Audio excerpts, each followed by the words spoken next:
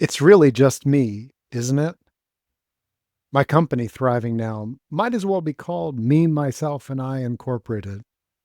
I file the taxes, I choose the direction, I decide whether to launch something or scrap it. There's no board, no boss, no partner. And for a moment, that might sound idyllic, freeing even, until you realize if you're like me, someone whose nature is to co create, being the only one isn't empowering. It's crushing.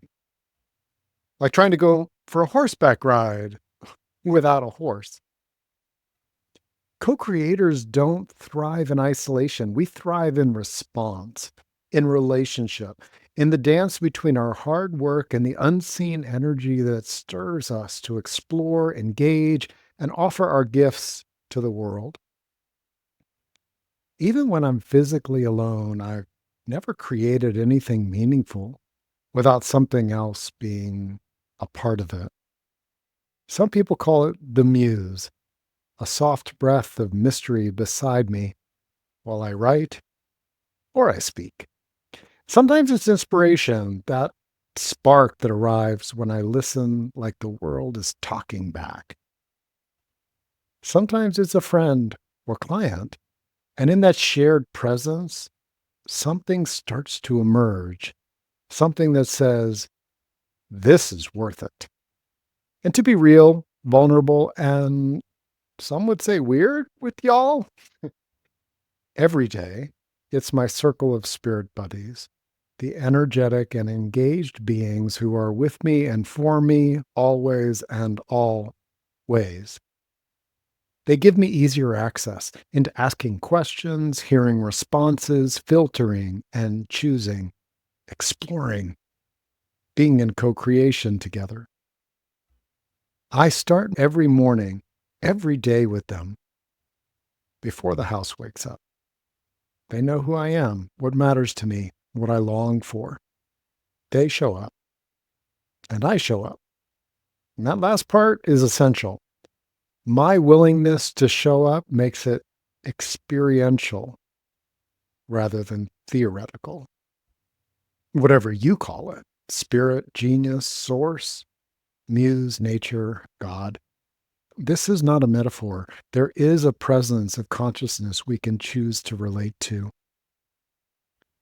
And because humans are built for relationship, not just with people, but with ideas, energy, purpose, we can open to it. We can cultivate real living relationships with the very source that loves to co create with us. Because this ride, it was never meant to be solo. Co creators aren't meant to do it all alone. We connect.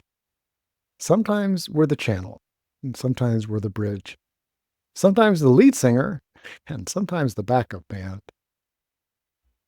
The ancients knew this. And I remember the moment I stopped trying to do it alone. I felt throughout my body this guidance. I'm not meant to. I could co create the experience of healing, of being held, of being acknowledged, respected, and seen. That's something I think our modern culture forgets. We talk a lot about personal growth, but for me, it's intimate growth, relational growth, energetic partnership.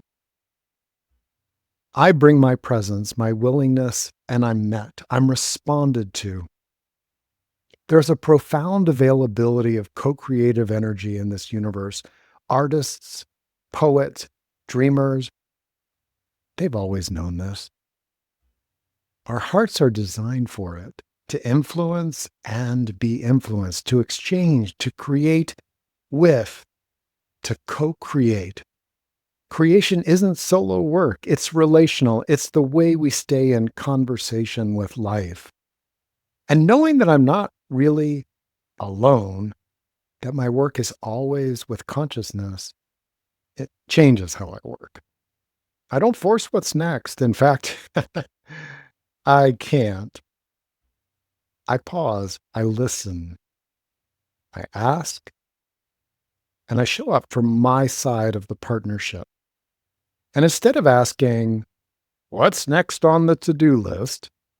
I ask, what's next for us? Let's get back into relationship with what matters, our unique artistry, and with the parts of us that are already knowing how to co create a thriving life. And if you've felt painfully lonely in your work, like it's just not flowing, maybe what's missing is that invitation.